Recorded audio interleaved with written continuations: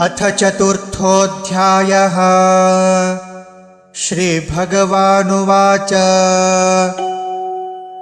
इमं विवस्वते योगं प्रोक्तवानहमव्ययम् विवस्वान्मनवे प्राह मनुरिक्ष्वाकवे ब्रवीत्। अथ चतुर्थोऽध्यायः। ज्ञान कर्म संन्यास योगः। श्री भगवान् उवाच इमं विवस्वते योगं प्रोक्तवान् अहम् अव्ययम् विवस्वान् मनवे प्राह मनुः इक्ष्वाकवे अब्रवीत्। ॐ श्रीकृष्ण परब्रह्मणे नमः। ॐ श्रीकृष्ण परब्रह्मणे नमः।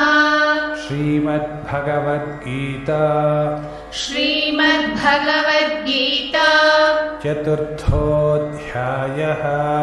चतुर्थोऽध्यायः।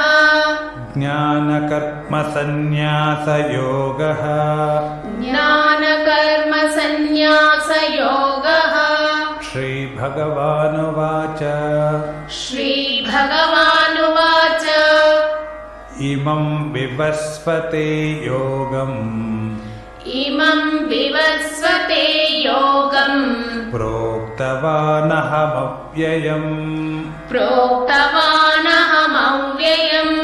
विवस्वान्मनवे प्राह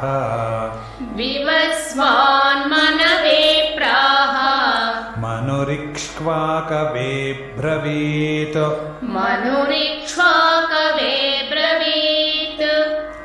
इमं विवस्वते योगं प्रोक्तवानहमव्ययम् इमं विवस्वते योगं प्रोक्तवानहमव्ययम् विवस्वान्मनवे प्राह मनुरिक्ष्वाकवे ब्रवीत्। विवस्वान्मनवे प्राह मनुरिक्ष्वाकवे ब्रवीत्।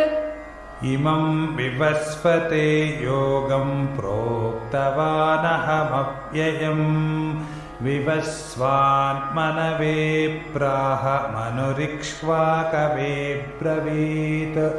इमं विवस्वते योगं प्रोक्तवानहमव्ययम्